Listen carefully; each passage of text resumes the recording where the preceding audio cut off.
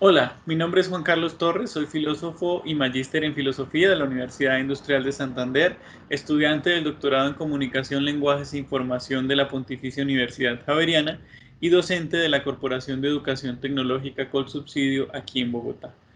La presentación que quiero contarles el día de hoy surge a partir de un ejercicio con los estudiantes del Seminario de Filosofía Moderna Kant en la Universidad Industrial de Santander, que me llevó a preguntarme si la filosofía puede ser una disciplina aplicada y de qué manera la enseñanza a través de los ambientes virtuales de aprendizaje puede ayudar a que eso sea posible. Entonces, para la presentación trabajaré las dificultades de enseñar la filosofía hoy, la modernidad como un obstáculo para esas posibilidades de la filosofía aplicada. A diferencia de eso, las nuevas formas de pensarnos en el mundo como una respuesta a esa posibilidad, el caso de estudio que nos convoca y las conclusiones a las que llegué a partir de él.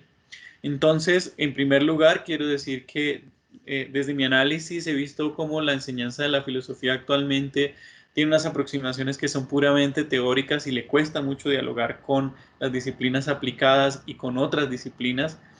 que los resultados en los procesos de enseñanza-aprendizaje con los estudiantes suelen ser muy comunes y reducirse a los trabajos ensayísticos,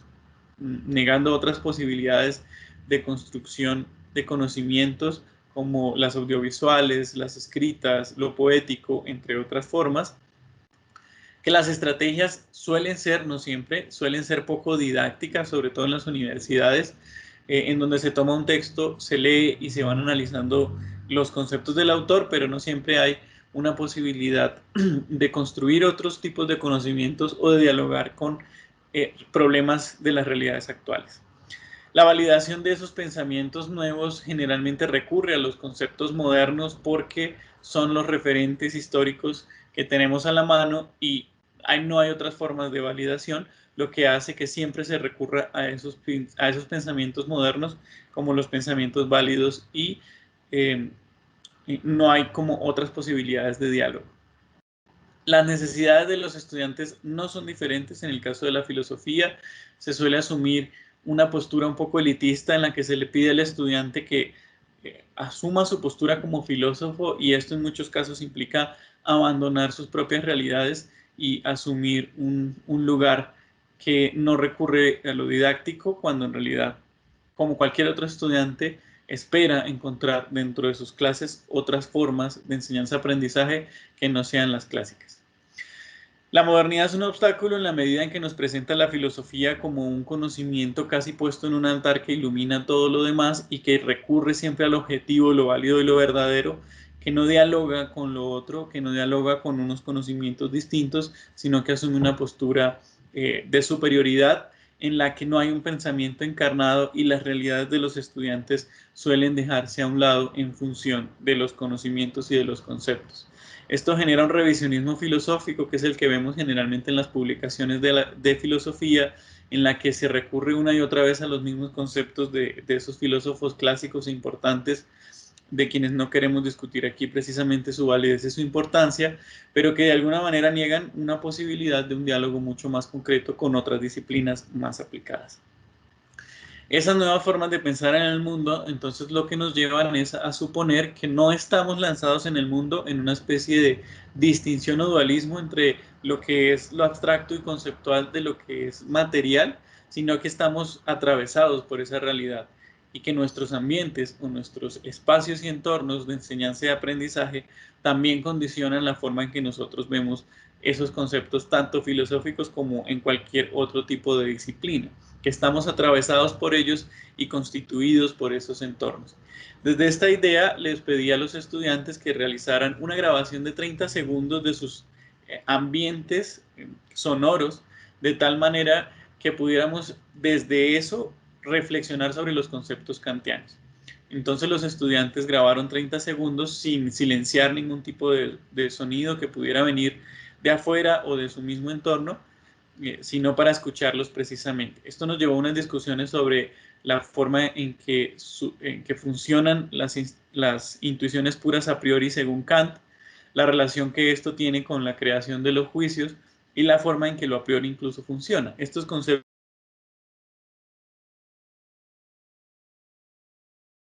relacionaban con otras cosas que ellos habían vivido o con sus propios contextos, y de esta manera encontramos un diálogo entre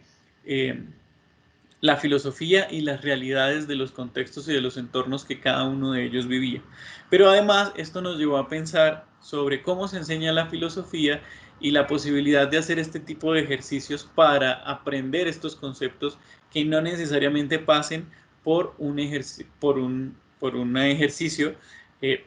netamente teórico y conceptual, ¿cierto? Los estudiantes me sugirieron entonces modificar los trabajos finales por poder hacer proyectos creativos que les permitieran explorar otras formas de hacer síntesis o de apropiarse de los conocimientos.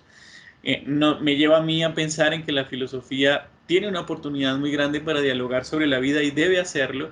pero que debe recurrir necesariamente a otras disciplinas que le ayuden a establecer esos diálogos con esas otras realidades.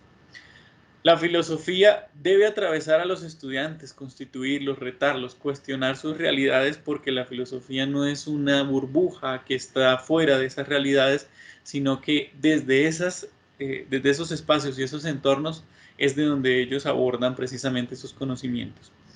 La filosofía actualmente invita a abandonarse a sí mismo. Creo que es un problema que no es solo de la filosofía, sino de la educación en general. Le pedimos al estudiante que asuma un rol de estudiante universitario, y eso en muchos casos para ellos choca con sus realidades, con sus formas de vida, con sus formas de vestirse, con su forma de hablar. Y en ese abandono de la realidad hay un desprendimiento entre lo académico y lo social.